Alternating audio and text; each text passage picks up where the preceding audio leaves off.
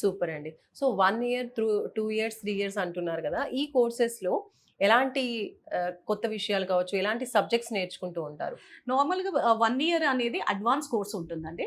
మనకు ఈ advance 1 year దాంట్లో ఏంటి అనంటే ఫ్రమ్ ద బిగినింగ్. అంటే మనకొచ్చే స్టూడెంట్స్ కూడా డిఫరెంట్ బ్యాక్ డ్రాప్స్ నుంచి వస్తారు. వస్తూ ఉంటారు. కొంతమంది మ్యాథ్స్ నుంచి వస్తారు. కొంతమంది మన దగ్గర డాక్టర్స్ గూడా ఉన్నారు. ఓహ్! డాక్టర్స్, గైనిక్ వాళ్ళు ఉండి కూడా మన దగ్గర ఫ్యాషన్ డిజైనింగ్ చేసేవాళ్ళు ఉన్నారు కాబట్టి, అందరిని మన దగ్గరకొచ్చిన తర్వాత ఒక 15 డేస్ ఓరియంటేషన్ క్లాసెస్ తీసుకుంటాం.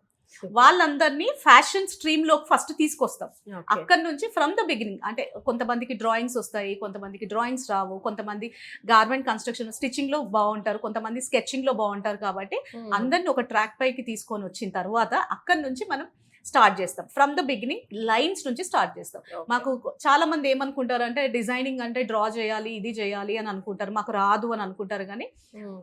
ఫ్రమ్ బిగినింగ్ నుంచి లైన్స్ నుంచి మనము అడ్వాన్స్ లెవెల్ వరకు టీచ్ చేస్తాం. ఓకే. అంటే మోస్ట్లీ 1 ఇయర్ చేసిన వాళ్ళకి కూడా ఇలాంటివన్నీ కవర్ అవుతాయా కోర్సెస్? అవునండి. అవును.